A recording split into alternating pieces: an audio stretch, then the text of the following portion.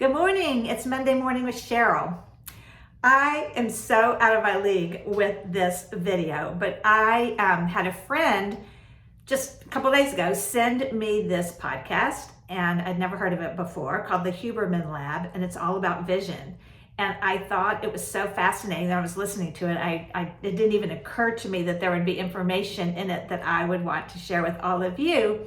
However, it's very long. It's a very long podcast. And it was just chock full of all this interesting information. And I just got excited about it and thought, okay, don't know anything about this, but I'm going to take a leap of faith and just encourage you to watch. It's episode 24 of the Huberman Lab. I wrote down what he does so you'll know who he is. It's Andrew Huberman, PhD. He is an associate professor of neurobiology and ophthalmology. He states that his goal is to understand how the brain allows us to sense, evaluate, and respond to the world around us. So they are doing a lot of eye research around emotions and perception, and also in areas around blinding diseases such as glaucoma. So part of this is really interesting to me because I do have glaucoma and so many eye issues. So it was also just extra interesting for me to hear him speak. And I just thought this could be in honor of, or in memory of my dad, who was an ophthalmologist. And I always feel like, oh, I want to share information with him or talk about this. And I would have loved to talk about this podcast with him.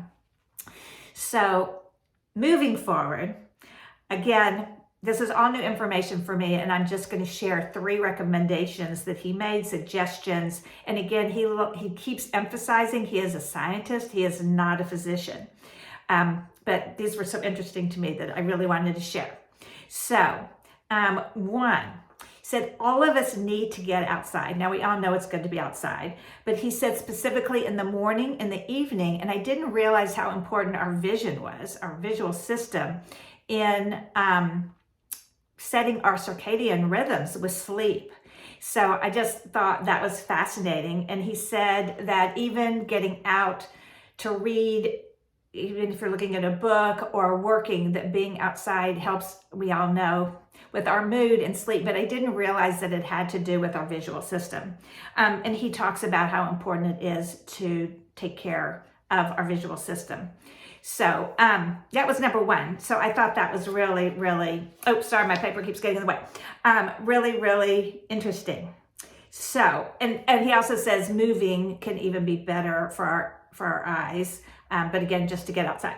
Number 2, love this one, which I didn't know anything about. As I said, no bright lights between 10 p.m. and 4 a.m. So with children, he said, if your child sleeps with a bright night light, it is best to wean them off of it. The kids, all of us really, kids especially, need to have a completely dark room. Now, I don't remember the reason behind that one, and decided not to go back to search why, but as my kids slept with a nightlight. So it's just really important that the room is completely dark. 3, and the final one I'm going to share, is in our world where we're always looking at our devices so close up, that it's really important, and he says, especially for kids, but for all of us, to take a break if possible. Every 90 minutes is ideal. And I know many of us go, oh my gosh, how would we do that?